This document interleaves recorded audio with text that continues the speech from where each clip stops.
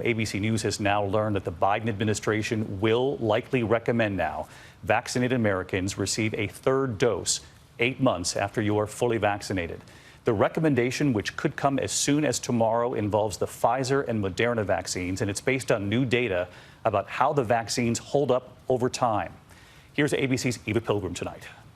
Tonight, federal health officials are expected to announce as early as tomorrow that they will now recommend all Americans get a COVID booster shot, a third vaccine dose, 8 months after you were fully vaccinated. An announcement from the Biden administration could come tomorrow and would affect those who got the Pfizer or Moderna vaccines. This as Israeli scientists released new data finding Pfizer's vaccine was less effective at preventing severe COVID symptoms among those 65 and older who were fully vaccinated back in January. The NIH director today. Vaccine protection does gradually wane over time. In the Israeli data, the people who got immunized in January are the ones that are now having more breakthrough cases. That's the same thing we're starting to see in the U.S. data. David pressing Dr. Fauci last week on what the Israelis are seeing in their data and why they're ahead of us in recommending a third shot. It would seem the Israelis, though, are ahead of us on this. Just today, approving booster shots for 50 and older starting next week, 40 and older expected a short time after that. So what are they seeing in the numbers that we're not?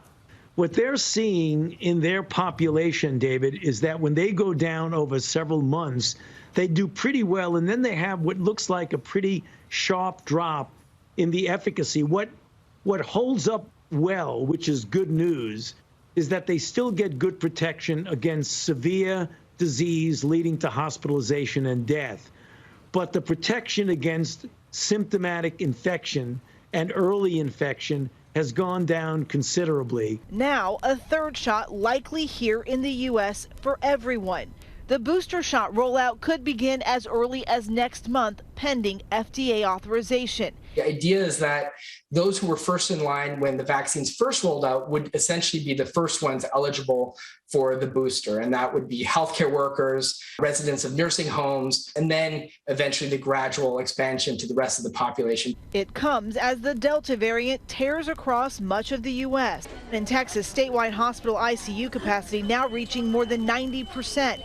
Governor Greg Abbott, who has resisted mask mandates there, now testing positive for COVID-19 despite being vaccinated. He says he is asymptomatic so far. This afternoon, the federal government confirming it will extend its mask mandate for travelers on planes, trains, and buses into January. David, the president and his COVID response team are expected to talk about boosters tomorrow. The administration acknowledging they have their work cut out for them, pushing boosters while still trying to convince millions of unvaccinated Americans to get that first shot.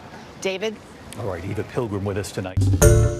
Hi, everyone. George Stephanopoulos here. Thanks for checking out the ABC News YouTube channel. If you'd like to get more videos, show highlights, and watch live event coverage, click on the right over here to subscribe to our channel. And don't forget to download the ABC News app for breaking news alerts. Thanks for watching.